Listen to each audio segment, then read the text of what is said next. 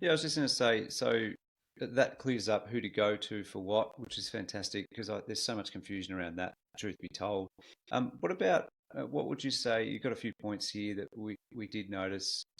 What are some things that people could do to best protect themselves, to prevent, I guess, having to go in the first place? Absolutely. And look, some of it's a bit what I've already said, which is make sure you know what you actually want to get built. Make sure that you understand what you're getting and your expectations are being met or are realistic. We do find that a lot of people just don't seem to want to do that, and they find themselves having half-baked ideas about what they'll get at the end, and then when it doesn't happen, not surprisingly, they start getting quite stressed about it. So there's a reason why the Victorian law, in fact, I'm pretty sure the law around the entire country says that when a home building contract is signed, you're meant to have enough plans and specifications in place that you can go off and get a building permit straight away. In other words, you've locked in what's going to be built.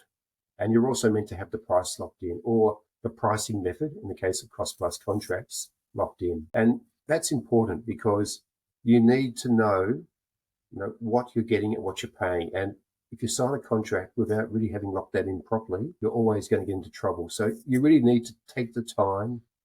And most builders, particularly bigger builders, have a process where they'll sit down with you and explain the contract, explain what you're getting, and double check to make sure that you are getting what you expected to get. And that process can take some time, and some businesses can really seem to be dragging it out a bit, but that's because they're trying to make sure that that big problem doesn't happen and you have that certainty and clearness. And I really stress that with buyers, take that time.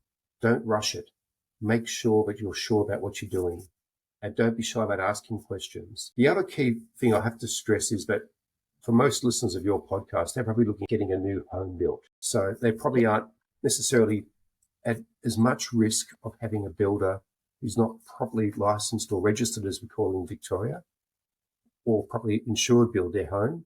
There are important safeguards in place. For example, when the building permit gets issued, the building surveyor should be checking to make sure that the right builder is on the insurance and that builder does have the right registration to do the building work. And it's very rare that that goes wrong, but there are cases where it can get a little bit pear-shaped. But it's really important, though, that for your own peace of mind, that when you are going to sign a contract, you make sure that you are dealing with a reputable business. Many of the businesses you hear about, obviously the ones you hear about in the media, in the sense of the media ads and so on, they are registered builders. They have a long history. They are established. But if you're dealing with someone who is coming into the industry or you haven't heard of before, there's no harm in checking to make sure that they are a registered builder, very important, and no harm in just making sure that you check that they are able to buy the domestic building insurance and they give you that policy. Now, that's been a bit of a contentious point lately, but it's pretty straightforward the way the system is meant to work. If you sign a home building contract, before you're required to pay a deposit for the actual building contract itself, you're supposed to get a copy of the certificate of domestic building insurance. And you should make sure you check that and make sure that the name of the builder on that certificate matches the name of the builder that you've got in your contract. The building surveyor will do it for you as well, but you should do it yourself just to make sure. It's very rare that that goes wrong, but it's worth checking. I think noting on that, just for our listeners too, what you're referring to from a deposit point of view there is the preliminary works, or that sort of initial deposit that people pay is all they've got to pay until they've signed their contract. And then once the insurance is issued, the 5% or balance of 5% deposits required at that point. That's right. Yeah.